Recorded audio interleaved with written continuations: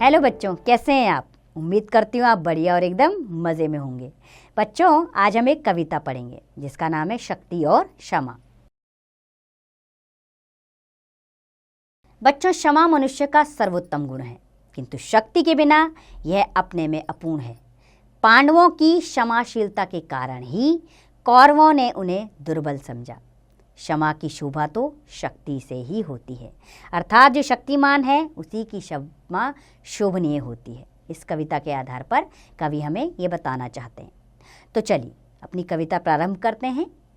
क्षमा दया तप त्याग मलोमल, सबका लिया सहारा, पर नर व्याघ्र सुयोधन तुमसे, कहो कहाँ कब हारा।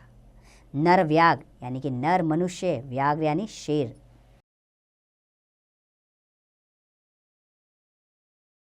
तो बच्चों, इन पंक्तियों में कवि हमसे कह रहे हैं कि क्षमा दया तप त्याग मनोबल, मैंने सबका सहारा लिया, लेकिन ये नर, ये सुयोधन, कहो कहाँ कब हारा, ये सब कहाँ हारे।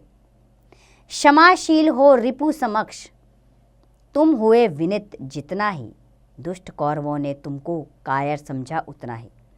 विनित यानी विनम्र और कायर यानी तुम्हें दुर्बल समझा।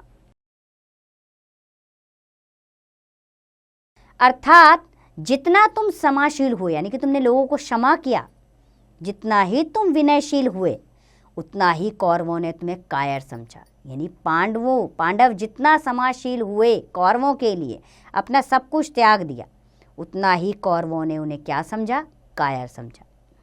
क्षमा शोभती उस भुजंग को, भुजंग अर्थात सांप।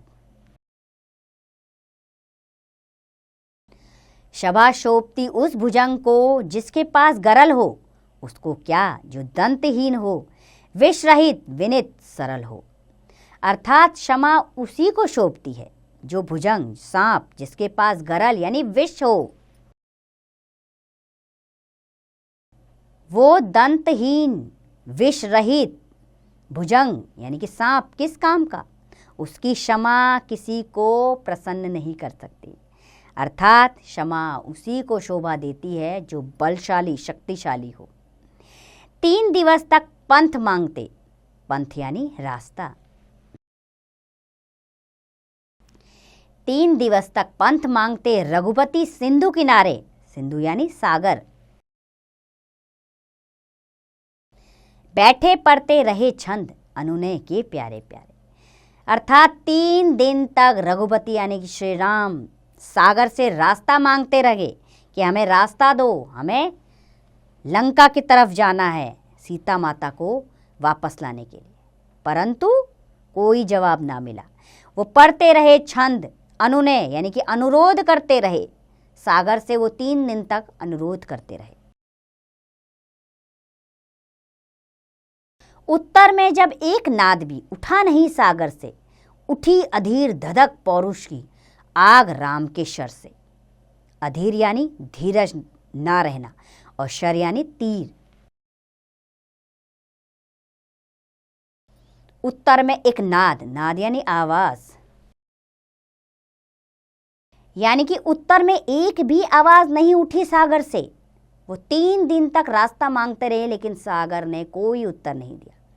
फिर अंत में अधीर हो गए, उनका धीरज जवाब दे गया, किसके, श्री राम का, और उन्होंने अपने बाण उठा लिए। सिंधु देहधर त्राही त्राही करता आ गिरा शरण में, चरण पूज दास्ता ग्रहण की, बंधा मूढ़ बंधन में। फिर क्या था, जैसे ही श्री राम ने अपने धनुष पर बाण चढ़ाया तो सिंधु की देह कांप उठी, देह यानी शरीर, सिंधु की देह कांप उठी, त्राहीमाम करने लगी और आकर वो गिर गया श्री राम के शरण में। चरण पूजन यानी कि पैरों की पूजना करने लगा, दास्ता ग्रहण की यानी कि मुझे अपना दास बनाइए, बंधा मूढ़ बंधन में, और वो श्री राम के बंधन में बंध गया। यानी कि जब श्री राम अधीर हो उठे और अपना धनुष उठा लिया उन्होंने, तब जाके सागर को होश आया और उसकी देह कांपने लगी और वो श्री राम की शरण में चल पड़ा। सच पूछो तो शर्म ही है, बस्ती है दीप्ति विनय की। संधि वचन संपूज्य उसी का, जिसमें शक्ति विजय की। तो सच पूछो तो शर्म ही है बस्ती दीप्ति विनय की। दीप्ति यानी ज्योति। शर यानी कि उनके धनुष बाण में ही बसती है विजय की ज्योति।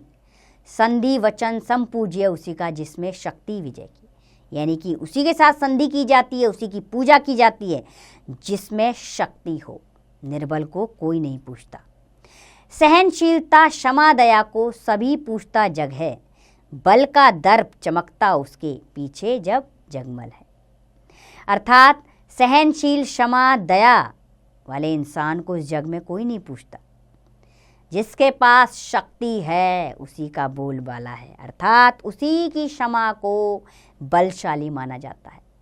माना जाता है कि उसी की क्षमा शोभनीय है, उसी के अंदर क्षमा शोभा देती है। रामधारी सिंह दिनकर द्वारा लिखित ये कविता, जिसमें ये समझाया गया है कि क्षमा हर इंसान के अंदर होनी चाहिए, लेकिन कई बार लोग क्षमा को हमारी निर्बलता समझ लेते हैं। इसीलिए हमारे अंदर एक शक्ति होना बेहद आवश्यक है। उस शक्तिशाली इंसान के अंदर ही क्षमा शोभनीय होती है। उम्मीद करती हूँ बच्चों ये कविता आपको अच्छी लगी होगी और समझ भी आई होगी। अब आप इसका अभ्यास करें, स्वयं कीजिए।